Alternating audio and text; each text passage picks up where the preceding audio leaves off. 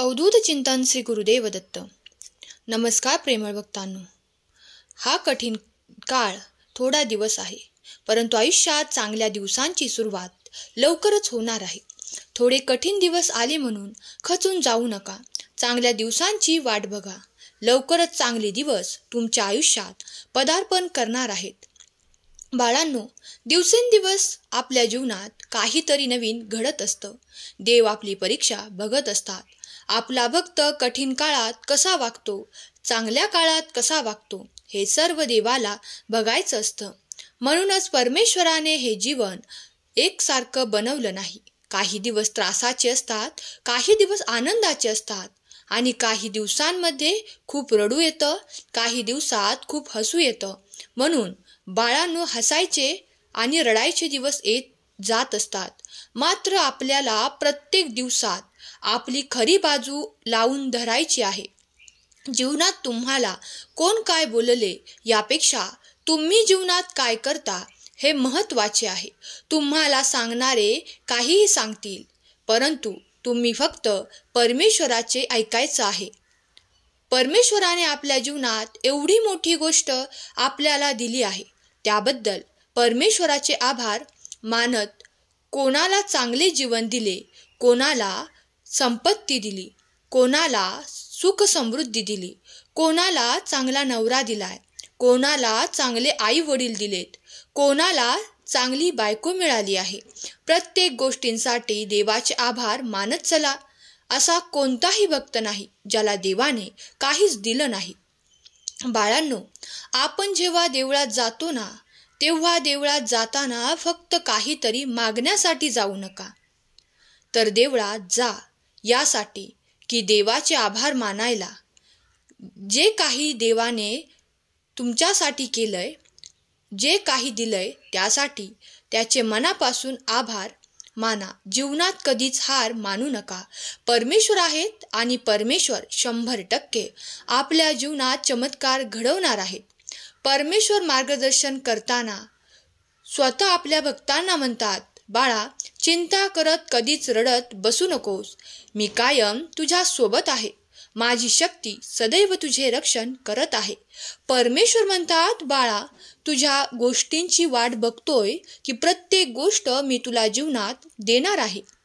ज्यासाठी तू रडतोय ना, एक दिवस ती गोष्ट न रडता देखील तुला मिळणार आहे.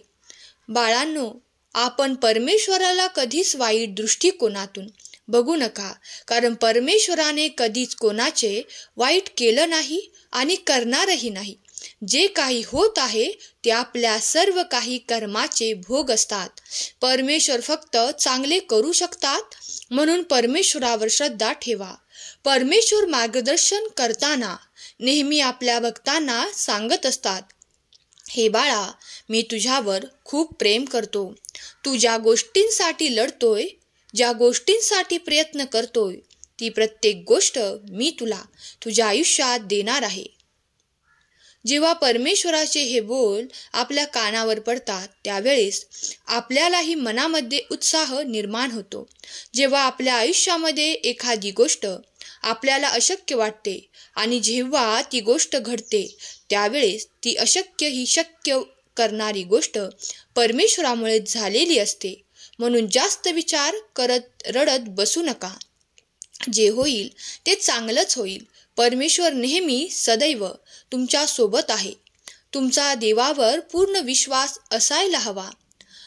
तुमचा विश्वास असल्यास या संदेशाला शेवटपर्यंत बघा आणि या चॅनलला सबस्क्राईब करा.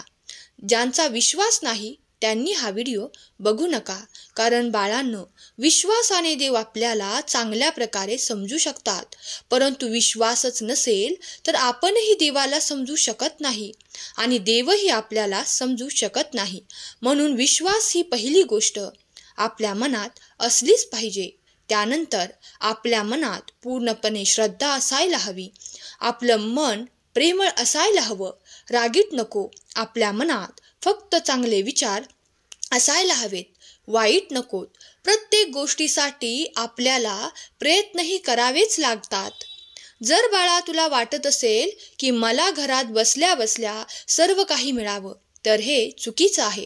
फक्त सेवा करून चालत नाही, तर सेवेबरोबर आपले प्रयत्नही सुरू ठेवावे लागतात.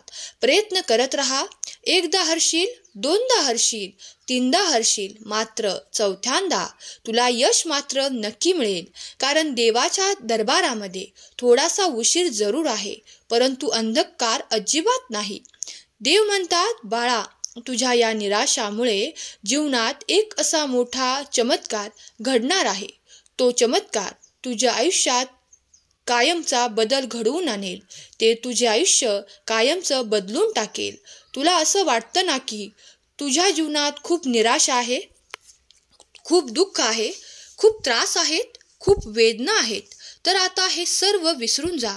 कारण प्रत्येकाचे दिवस बदलतात, प्रत्येकाचे आयुष्य बदलतं. फक्त प्रश्न हा वेळेचा असतो. तुझी ही वेळ येणार आहे. तोही जीवनात जे काही प्रयत्न केले आहेत, काही भक्ती केली आहे, त्याचं फळही तुला मिळणार आहे.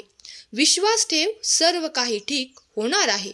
बाळा, माझ्यावर रागावू नकोस. मी सांगतोय, फक्त त्याकडे लक्ष दे.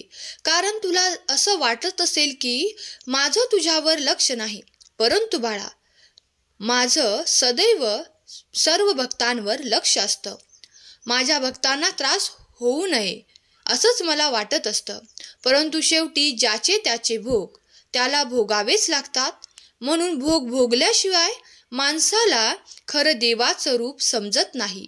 माणूस जेव्हा त्रासातून जात असतो तेव्हाच तो देवाची आठवण काढत असतो. जेव्हा तो अतिशय आनंदी असतो, खुश असतो, तेव्हा तो देवाला विसरून जातो. म्हणून जीवनात जर कोणीच दुःखी नसतं, कोणीच कोणाला त्रास देत नसतं, कोणालाच त्रास होत नसता, तर देवाला आज शून्य किंमत असते. म्हणून देव स्वतःही जे करतात ते योग्यच करतात. ज्या वेळेस आपल्याला देवाची गरज लागते तेव्हाच आपण देवाच्या जवळ जातो. नाहीतर सर्व काही सर्वांना मिळत असतं, कोणाला कोणाची गरज नसते. तर आज देवाला कोणीच मानलं नसतं, कोणीच त्याची पूजा अर्चना केली नसती. आपला धर्म जपून ठेवण्यासाठी परमेश्वराने योग्य ती रचना केली आहे आणि त्या रचना केल्यामुळे सर्व काही योग्य प्रकारे घडत आहे.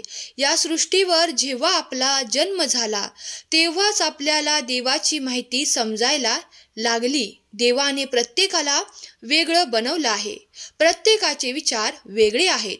प्रत्येकाच्या जीवनात वेगळा हेतू आहे.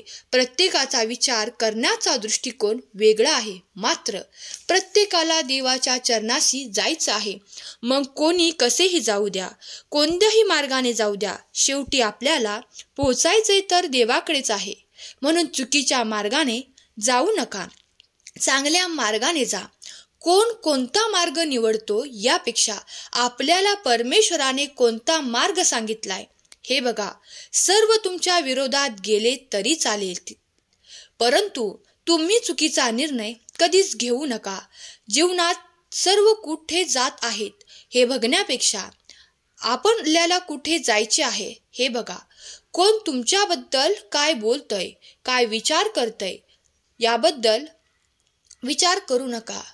तुम्हाला कोण नावं ठेवते, कोण चांगलं म्हणतंय याकडे दुर्लक्ष करा. तुम्हाला तुमचे ध्येय निश्चित करण्याची वेळ गरजेची आहे.